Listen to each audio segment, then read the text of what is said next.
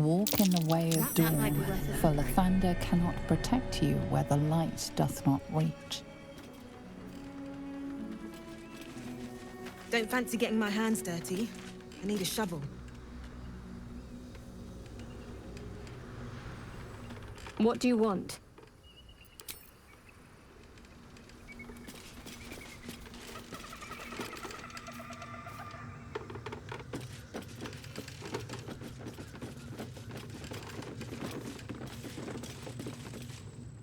Who there, wanderer?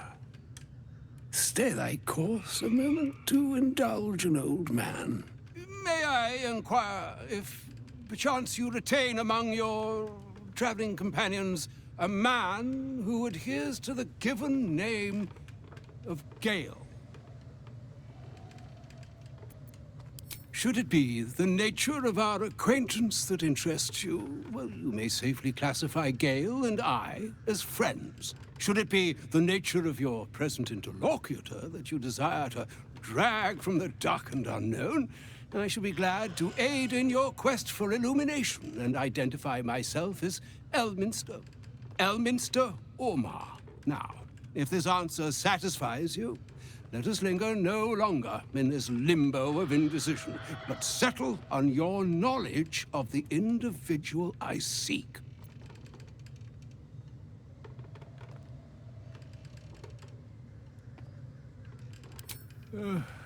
Ever a man of leisure. Would it pain you greatly to assist me along the little voyage I intend to undertake to this aforementioned camp?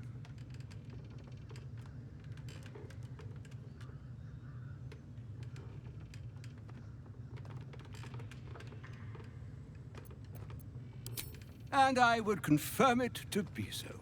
Please, after you. My thanks for your excellent guidance. Ah, and yonder I spy the object of my pursuit. Elminster? The very same, Gale.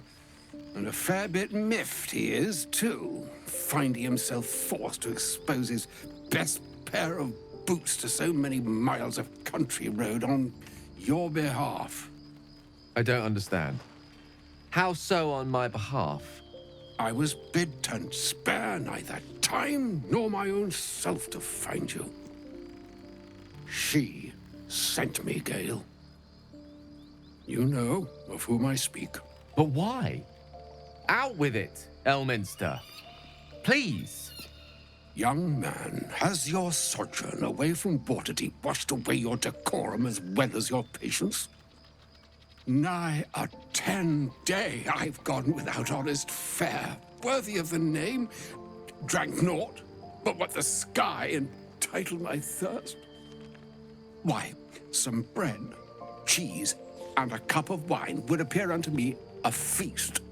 Surely you won't begrudge me a mite of rest and repast before I get out with it?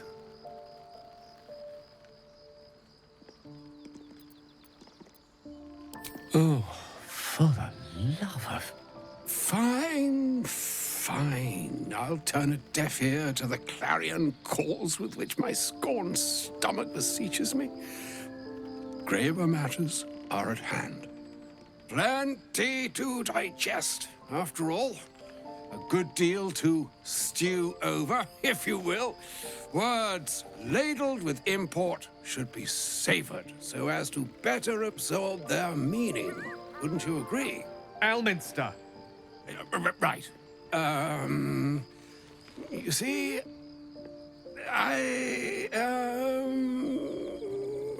well, that is to say, Gale, my boy, I've come to address a most pressing matter. I'll speak as plainly as I can, forswearing the accustomed frills that decorate my speech. I'm here on behalf of Mystra.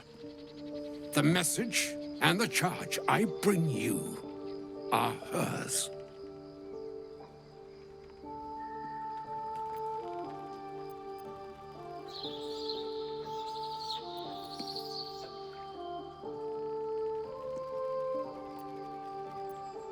The long-awaited question. Now, if you please, Elminster, for the too long-awaited answer. You know where you went wrong, Gale. And I trust you told your fellow traveler here the nature of your ills. I can't say that so far I've volunteered the entire truth. Do you mean to say you've never bothered to disclose how dangerous you are? Not in so many words. No. Then you two have much to discuss after I'll have taken my leave. In short, Gale, through his own doing, has become a living explosive that could wipe from this world this very gathering, and much more besides. For his folly, Mystra forsook him, but now she has decreed he is to be given a chance of redemption.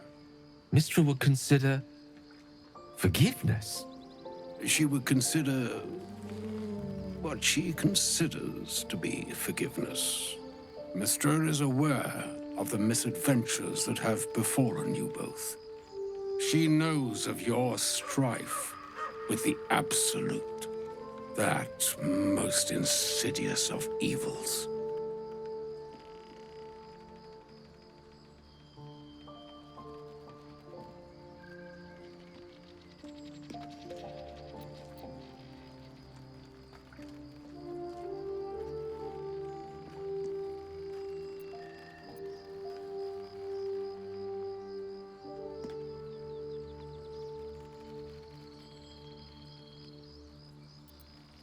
The very purpose of my presence, in a roundabout sort of way.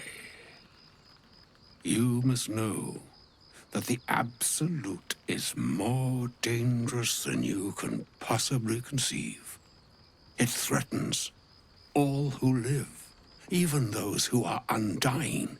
It threatens the gods, the weave, the very fabric of the universe itself. That is why I have come here to charge you, Gale, with its destruction. It is Mystra's belief that only you can.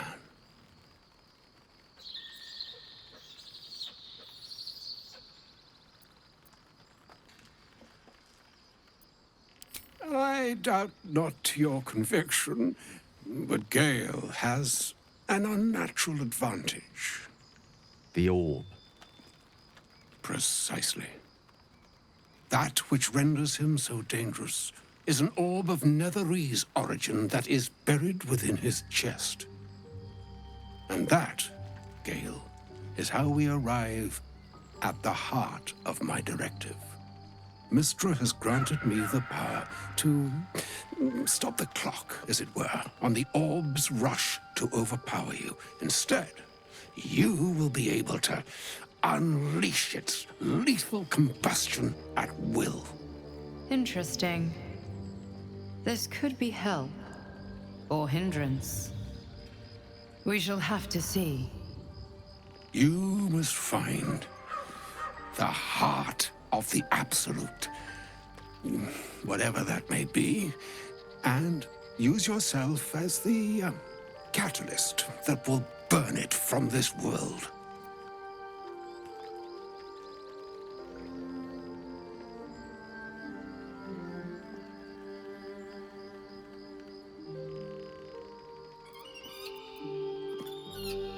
He is not.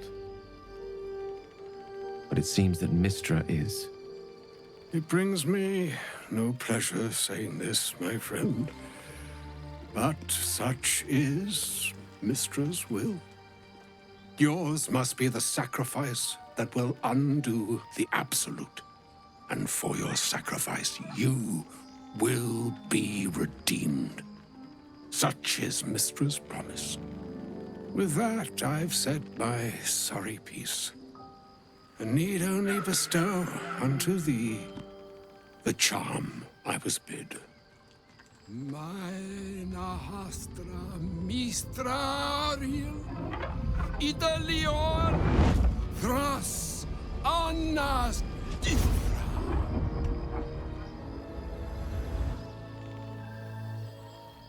It is done. Both charge and charm have been committed into your care. To you, I commit into care Gale himself. I count on you to shepherd him well on this strangest of journeys.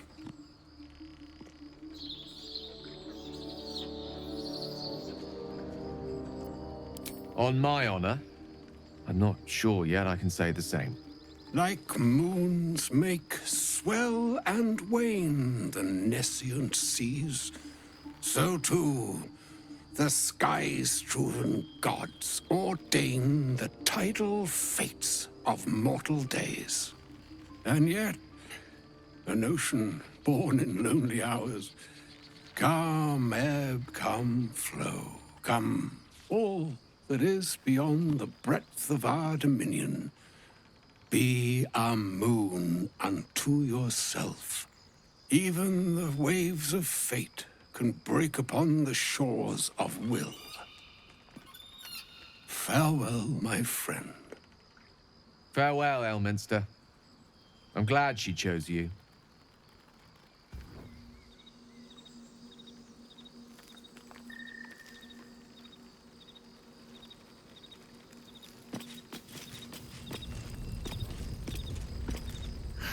I have a lot on my mind. An audience with Elminster is never less than memorable. I suppose it's time we dealt with the Hollyphant in the room. You have questions for me, and I promise I have answers.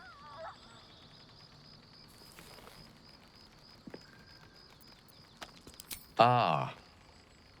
Well, that's a rather long and complicated story. I'm what one might call a wizard prodigy. Who from an early age could not only control the weave, but compose it. Much like a musician or a poet. Such was my skill that it earned me the attention of the mother of magic herself. The Lady of Mysteries. The goddess Mystra. She revealed herself to me and she became my teacher. In time, she became my muse. And later, even my lover.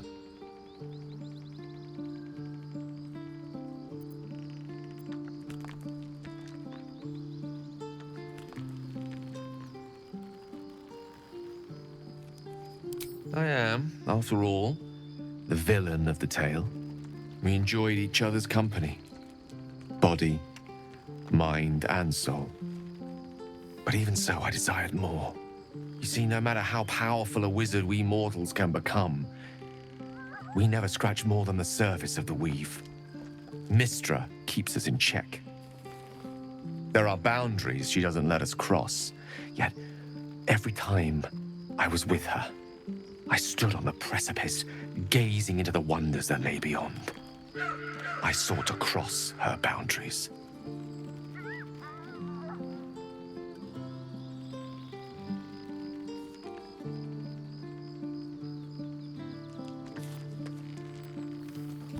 I tried to convince her.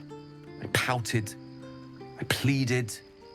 Swore my ambition was only to serve her better. She only smiled and told me to be contented. But inconceivable as it seems to me now, I shared a bed with a goddess, and yet I wasn't satisfied. So I sought to prove myself worthy to her instead. We come now to the crux of my folly. Shall I share the story behind it, or would you rather head straight to its sordid finale?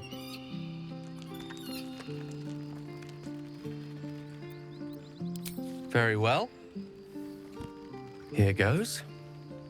Once upon a very long time ago, a mighty lord lived in a tower. A flying tower, to be precise. I'll save his history for another time, but the gist of it is that he sought to usurp the goddess of magic so that he could become a god himself. He almost managed, but not quite. And his entire empire, Netheril, came crashing down around him as he turned to stone.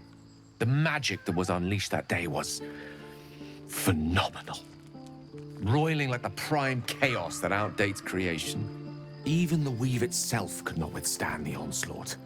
It fractured, then shattered, and all magic was lost to the mortal realms, until the day Mystra returned. She restored the weave, reuniting all its scattered shards. Or so I thought. Until, in the course of my studies, I learned of a book. A Netherese tome in which a piece of the fractured weave had been sealed beyond her reach. What if, I thought, what if, after all this time, I could return this lost part of herself to the goddess?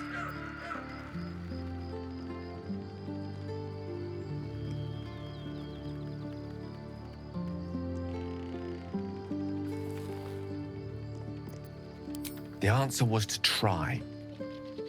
And the outcome was to fail.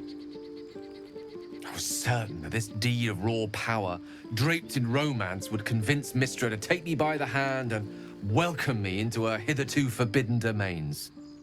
I was mistaken. I obtained the fabled book and took it into my study. As for what happened next... Here. Place your hand over my heart. Let me show you.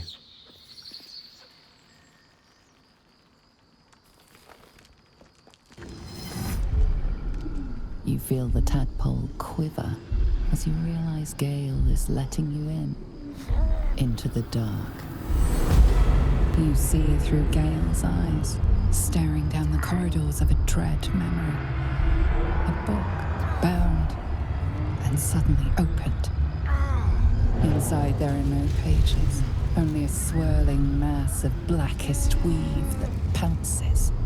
Its teeth, its claws, it's unstoppable as it digs through and becomes part of you. And gods, is it ever hungry.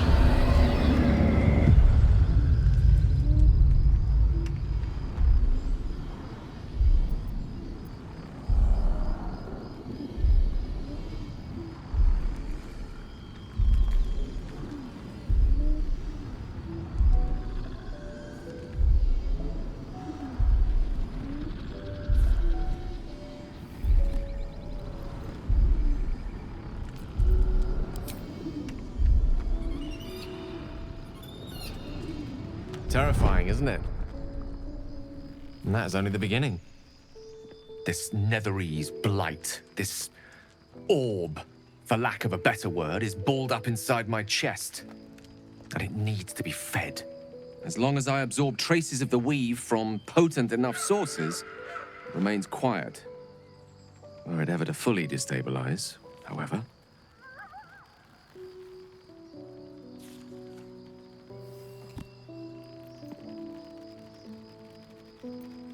I will erupt. I don't know the exact magnitude of the eruption, but given my studies of Netherese magic, I'd say even a fragment as small as the one I carry, it'd level a city the size of Waterdeep. Fortunately, this need no longer be a concern. Not until I meet the heart of the Absolute, whatever that is.